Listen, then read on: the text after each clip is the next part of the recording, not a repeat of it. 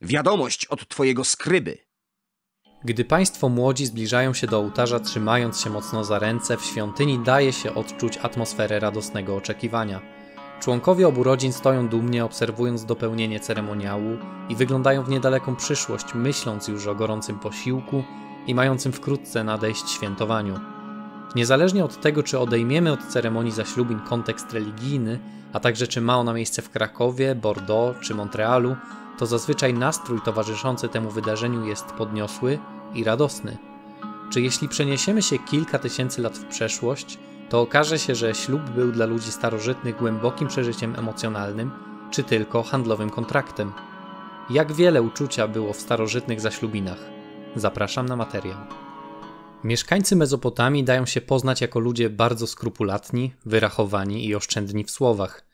Czytając pozostawione przez nich teksty możemy dowiedzieć się, ile sztuk bydła znajdowało się w królewskim inwentarzu, czy też ile szekli srebra zostało zastawionych w świątyni przez lokalnego handlarza.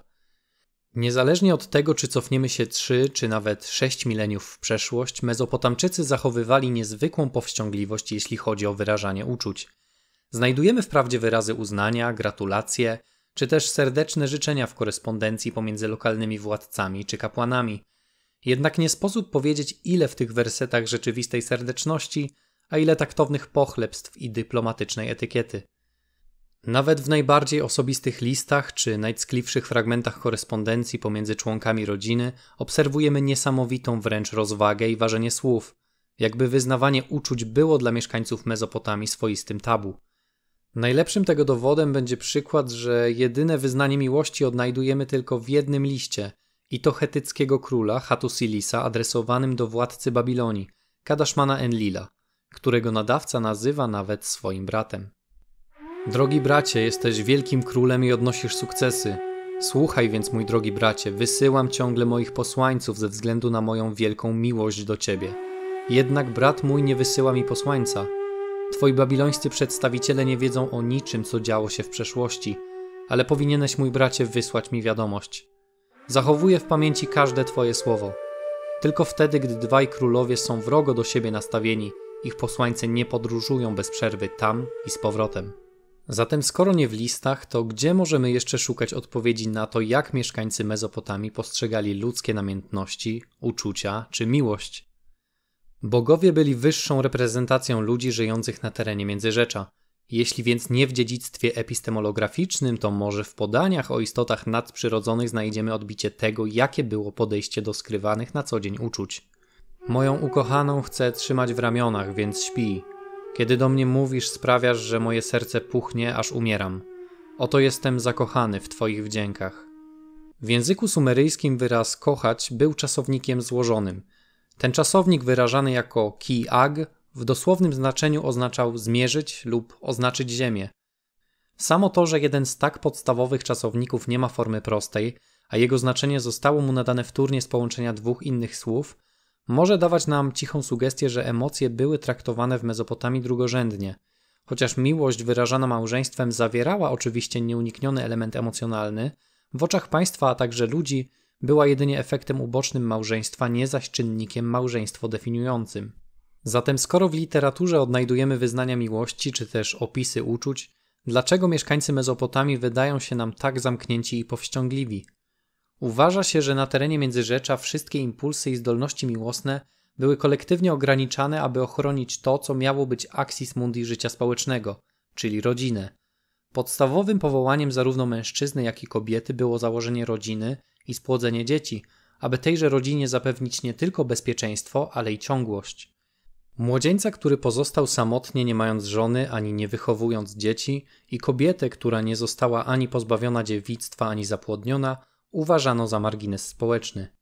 Rodzina jako najmniejsza jednostka społeczna była w Mezopotamii najczęściej niewielka, chociaż w niektórych, zwłaszcza wiejskich terenach południowej Babilonii istniały czasem organizacje klanowe, czy jeszcze plemienne.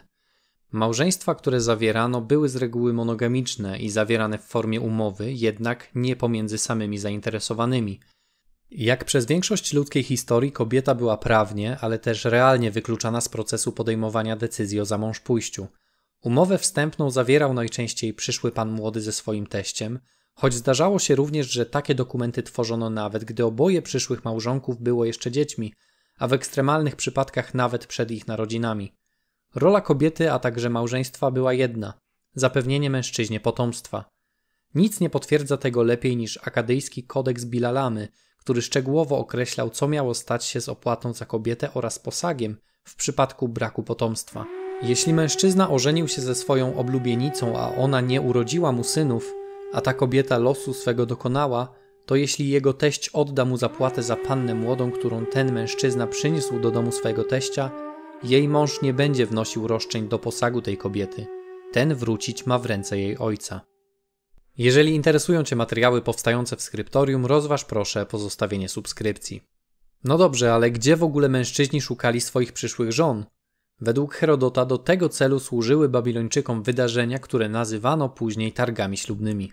Raz w roku w każdej wsi zbierano wszystkie młode kobiety nadające się do małżeństwa w jednym miejscu, podczas gdy mężczyźni stali wokół nich w kręgu. Wtedy Herold zwoływał po kolei młode kobiety i wystawiał je na sprzedaż. Zaczynał od najpiękniejszej z nich. Kiedy została sprzedana za wysoką cenę, wystawiał na sprzedaż następną w rankingu piękności. Wszystkie dziewczęta były następnie sprzedawane na ożenek. Najbogatsi z Babilończyków, którzy chcieli się ożenić, licytowali się między sobą o najpiękniejsze młode kobiety, podczas gdy pospólstwo, które nie dbało o urodę, otrzymywało brzydsze kobiety wraz z rekompensatą pieniężną. Wszyscy, którzy chcieli, mogli przyjeżdżać nawet z odległych wiosek i licytować kobiety. To był najlepszy ze wszystkich zwyczajów, ale teraz wyszedł już z użycia. Doniesienia greckiego historyka należy jednak przyjmować z dużą dozą wątpliwości, nie tylko dlatego, że pisał je dopiero w V wieku przed naszą erą, ale także dlatego, że swoje tezy odnośnie zakładania rodziny traktował dość frywolnie, często przecząc samemu sobie. Nie inaczej było w tej kwestii. Herodot przytacza opowieść o tym, że każda kobieta przynajmniej raz w roku musi udać się do świątyni Isztar, by tam oddać się pierwszemu nieznajomemu mężczyźnie. Ten zwyczaj miał być związany z rzeczywiście występującym w Mezopotamii kultem płodności i zapewniać ciągły dobrobyt ludności. Jednak gdy weźmiemy pod uwagę, że jednym z ważniejszych czynników podczas zawierania małżeństwa było dziewictwo, możemy z całą stanowczością powiedzieć, że doniesienia Herodota to pół legenda, pół prawda, pół nieprawda. Kobiety były teoretycznie wykluczane z procesu zawierania małżeństwa i w samym akcie miały mieć jedynie pozycję przedmiotową, a nie podmiotową. Pomimo tego wydaje się, że patriarchalny system nie gwarantował jednak mężczyźnie bezwzględnego posłuszeństwa i przede wszystkim akceptacji ze strony swojej wybranki. W literaturze pojawiają się czasem wzmianki o odrzuceniu i przygnębieniu niedoszłego zalotnika.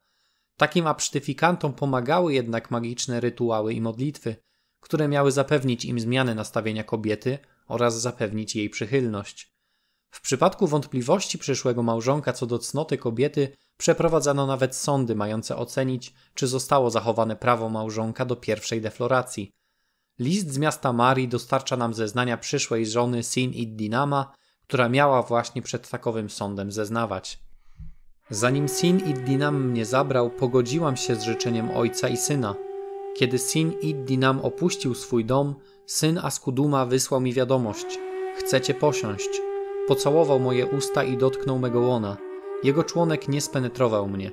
Tak więc powiedziałam mu, nie zgrzeszę przeciwko Sin-id-Dinamowi. Przeanalizujmy sobie zatem, jak od początku do końca wyglądał proces zawierania małżeństwa. Najpierw mężczyzna wybierał sobie żonę.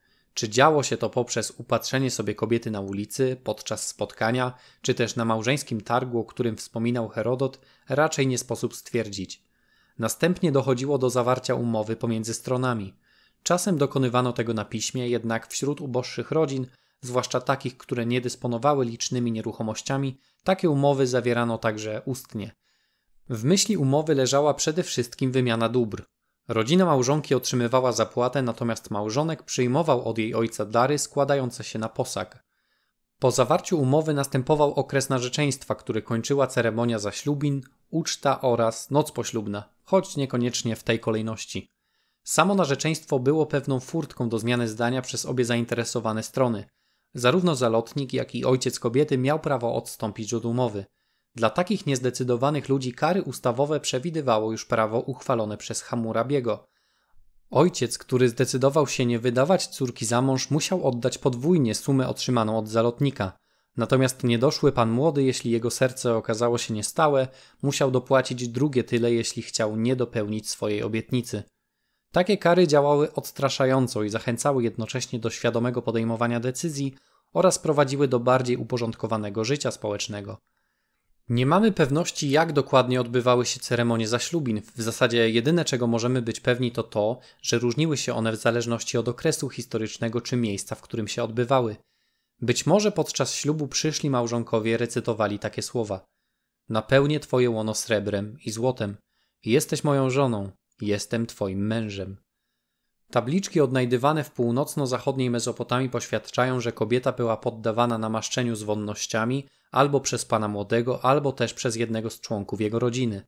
Czasami przyjmowało to formę wylania wonności na głowę panny młodej, innym razem uroczystą kąpiel z perfumami. Takie uroczyste namaszczenie nie musiało wcale mieć miejsca podczas samej ceremonii zaślubin, ale mogło też wydarzyć się wcześniej, już podczas zaręczyn, by podkreślić obecny status kobiety, która od tej pory miała być przypisana swojemu przyszłemu mężowi. Namaszczenie stanowiło rodzaj rytuału oczyszczającego, który symbolizował zmianę statusu prawnego kobiety. Właśnie to wydaje się potwierdzać prawo asyryjskie, w którym znajdujemy taki zapis. Jeśli mężczyzna wyleje olej na głowę kobiety z klasy Ailu z okazji święta lub dostarczy naczynia na poczet bankietu, żadna rekompensata nie zostanie dokonana. O samych weselnych bankietach wyprawianych przez nowożeńców również nie wiemy zbyt wiele. Jednak jako, że kończyły się one zabraniem panny młodej przez męża do nowego domu, możemy zakładać, że miały one miejsce w domu kobiety. Podczas tych wydarzeń członkowie rodziny również mogli dokonywać wzajemnego namaszczenia. Taki rytuał połączony z jedzeniem i piciem mógł stanowić dowód zawarcia więzi rodzinnych i był czynnikiem spajającym nowo powstałą rodzinę. Uroczyste uczty połączone z zabawą i tańcami trwały czasem nawet przez kilka dni lub w przypadku naprawdę zamożnej pary nawet tygodni. Podczas ceremonii zaślubin pan młody wraz ze swoją rodziną często przekazywał różne upominki, nie tylko swojej nowej małżonce, ale także jej rodzicom czy krewnym.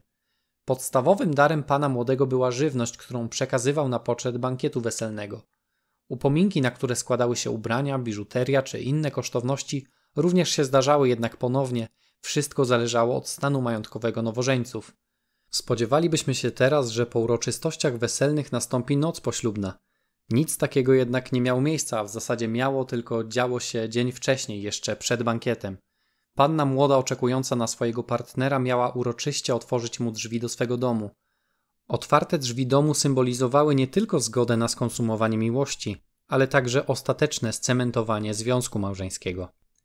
Pomimo tego, że zwyczaje małżeńskie mieszkańców Mezopotamii mogą wydawać się nam nieco okrutne, a nawet barbarzyńskie, to Sumerowie, Babilończycy czy Asyryjczycy, choć żyli tysiące lat temu, wcale nie różnili się od nas tak bardzo, jak moglibyśmy sądzić. Chociaż ci ludzie myśleli nieco innymi kategoriami, a ich motywacje były ukierunkowane na przetrwanie i ciągłość rodzinnego dziedzictwa, nie znaczy to, że nie tworzyli udanych i szczęśliwych małżeństw. Jak mówi stare sumeryjskie przysłowie, żona dla mężczyzny jest jak uczta na pustyni.